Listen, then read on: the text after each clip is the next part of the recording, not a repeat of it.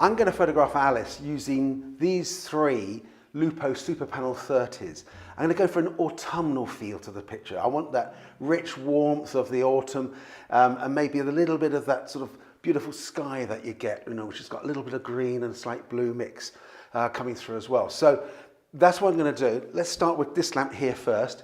We're going to create a red, a rich red. Now, if I bring up the intensity and the saturation, we can start from here.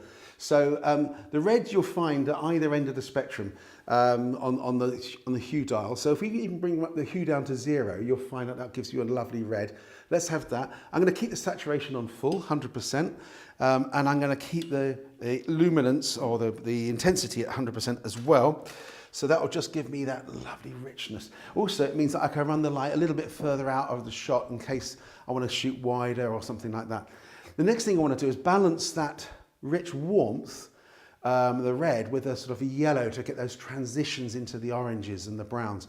Of course, I'm really close to this light, and this is really sort of where Alice is going to be standing, and that intensity will be quite bright and alive on her, but by the time the light hits the background there, it's going to be a stop under, all right? So it's going to be darker and richer, and I think that's what we really want. We want that fall off. The background is a background roll called Morning Mist. Anyway, let's find ourselves a nice yellow. So if I come to here, I should be able to sort that out. Let's get the intensity up and the saturation. Okay, at the moment, I've got a red going on there. So let's just have a little look. Let's take this up to around between sort of 48 and 52 will give you quite a nice yellow. So let's take that up to about 50 there, something like that, 49, 50, 50, okay. Yeah, let's give that a go. Let's take the saturation and the intensity full on. I'm looking for vibrant colours here. I'm not looking to be subtle with the light on this situation. So that's going to be my key light, and that will work really well. So I've got that lovely transition between the red, the warmth, into the yellow. It's got to have a theatre lighting look about this. Right, this lamp here, this is the third lamp we're going to use, and this is where we're going to pull those sky accents in. So let's have a little look. Let's take the intensity up. Now, what do I need to do? I need to go with a blue. Let's find a nice blue. Something, oh, this is getting good. Maybe this. Let's get a bit more of a green into that sort of teal sort of colour. So let's do that then. So that's 138. That seems about right there. Let's have that. So we've got 138 on there. Let's bring that back to here so that we can pull that in now. And we're looking to shoot about here. We've got a bit of this. Let's bring that into there. I can pan the lights a little bit here and there just to hit the background or not. And it's not until I start shooting will I know where to make those fine adjustments. So next thing to do is get Alice in. Alice, come on in. Come on in. Right, so I want you to be here, and the shot is going to be about here, okay?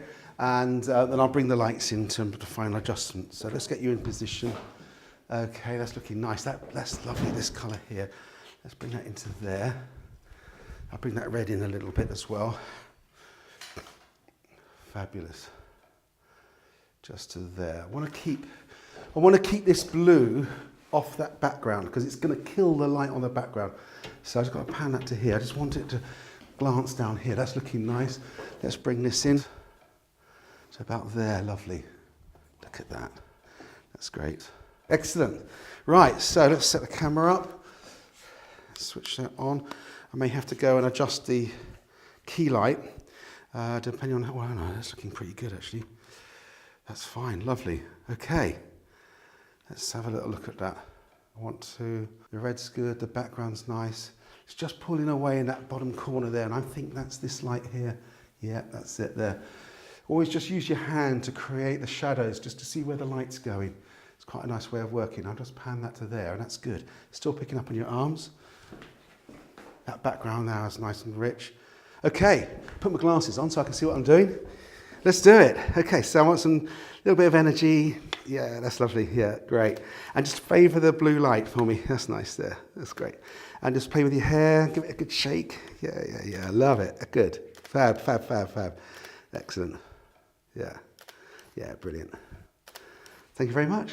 Come and have a look. So I just got these little shots here.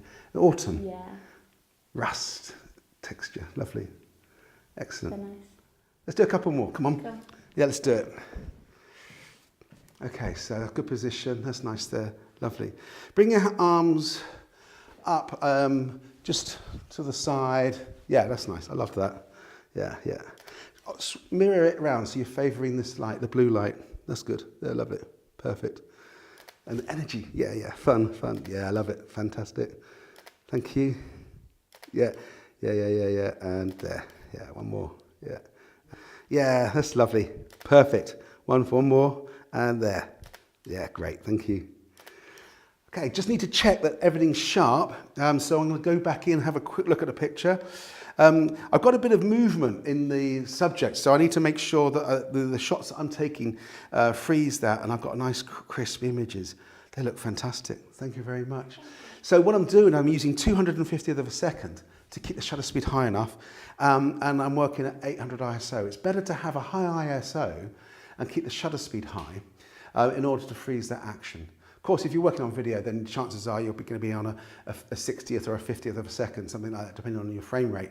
And then you'll be down to ISO 200. So, but for stills, when you want to if you want to print big, you've got to get that crispness in each individual frame. Perfect. Thank you very much. Let's go and see what else we can put on. I think we're going to go for white and light next.